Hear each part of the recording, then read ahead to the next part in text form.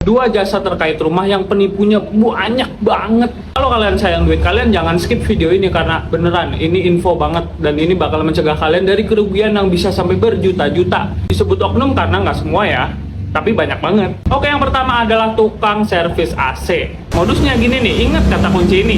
Wah, ini mah freonnya udah habis. Nah, itu. Ketika sang teknisi sudah mengucapkan kata-kata ajaib itu, maka itu bisa jadi jalan mulus untuk mereka melakukan penipuan yang selanjutnya.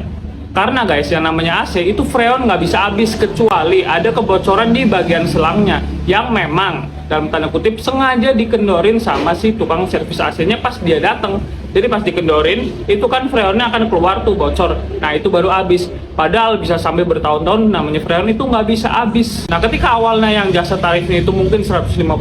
Nah ketika dia bilang dengan kata ajaib itu freonnya habis, maka bisa sampai 350.000 atau bahkan 400.000. Buset.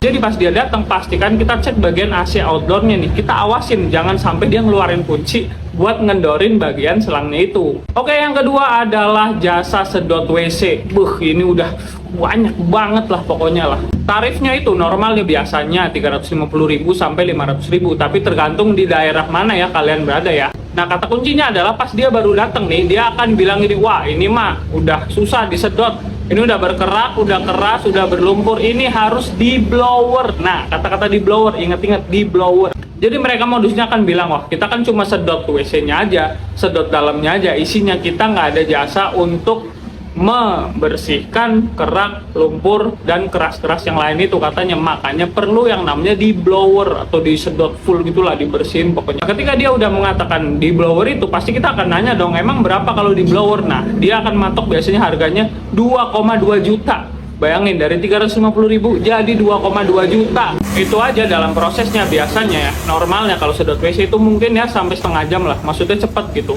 Nah ketika dia ngeblower itu bahkan 10 menit doang guys. Jadi kayak nggak berasa apa yang disedot, apa yang dibersihin gitu. Tapi dia biasa matok harga setinggi itu gitu. Jadi ada baiknya untuk mencegah hal ini terjadi, kita harus pastikan pilih jasa sedot WC yang memang terpercaya dan memang reviewnya bagus gitu. Contoh kalau kalian di Jakarta itu ada Perumda Paljaya, itu kalian bisa pakai jasa itu. Nggak semua jasa sedot WC itu penipu, tapi banyak banget.